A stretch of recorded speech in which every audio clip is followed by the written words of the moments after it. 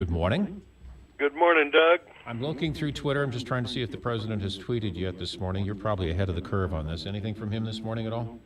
Nothing shocking. It's strangely quiet this morning. You know, I mentioned, I think this was off the air, seeing his wife yesterday announcing her program for bullied children, among other things. I think that's the most I have ever seen this woman speak publicly. And I'm not knocking her by any stretch of the imagination. It's just you don't hear much from her at all.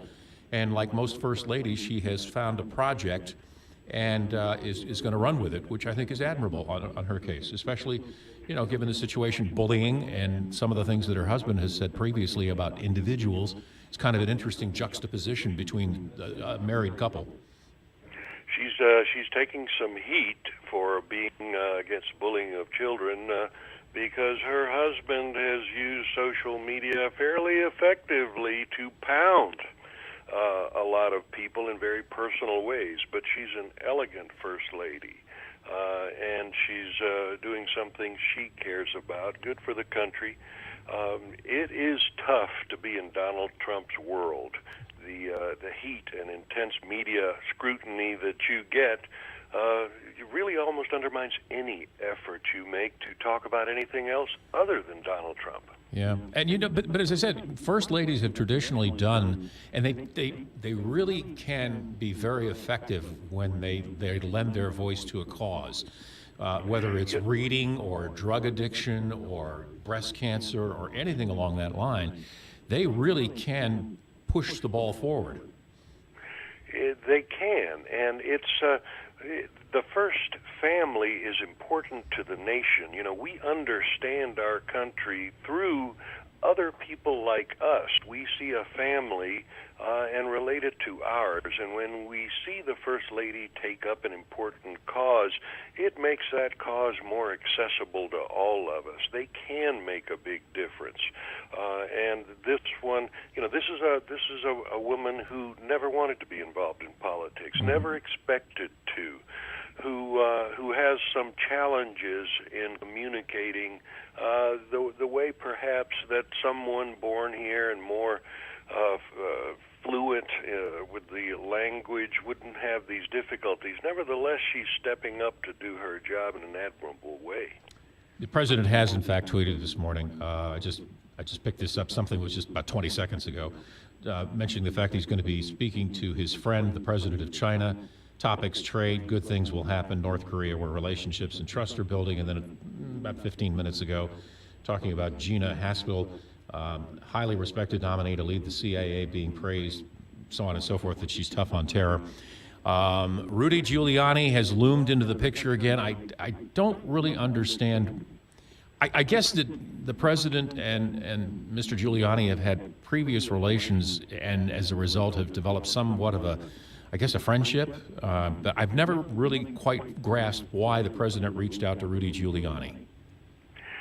Because the president needs a warrior. He needs someone in the media who will fight for him.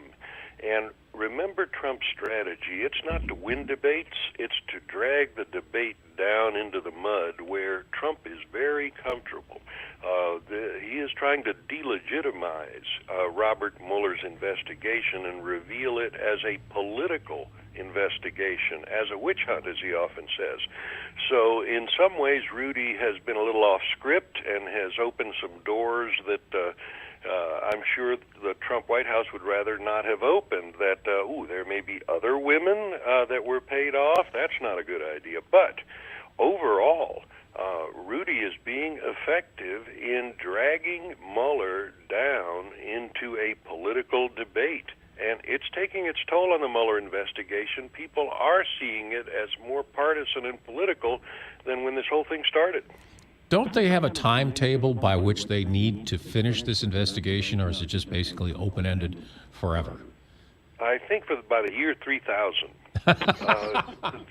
That's one of the problems with a special counsel like this. No, there's no end to the money. There's no time limit.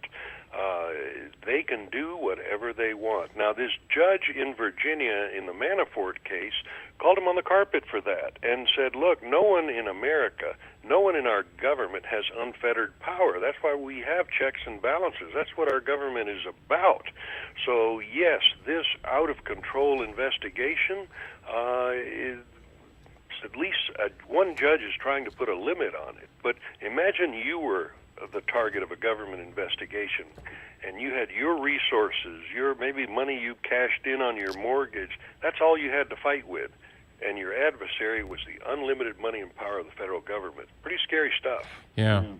We were talking with one of your compatriots yesterday about the White House and the press, and it used to be that you'd get the word that the lid was on. In essence, nothing is going to be coming forth from the president or any of his advisors, so you can, file your last story of the day and then go home. And she said basically that doesn't happen anymore in this administration. That you got to be on call 24/7.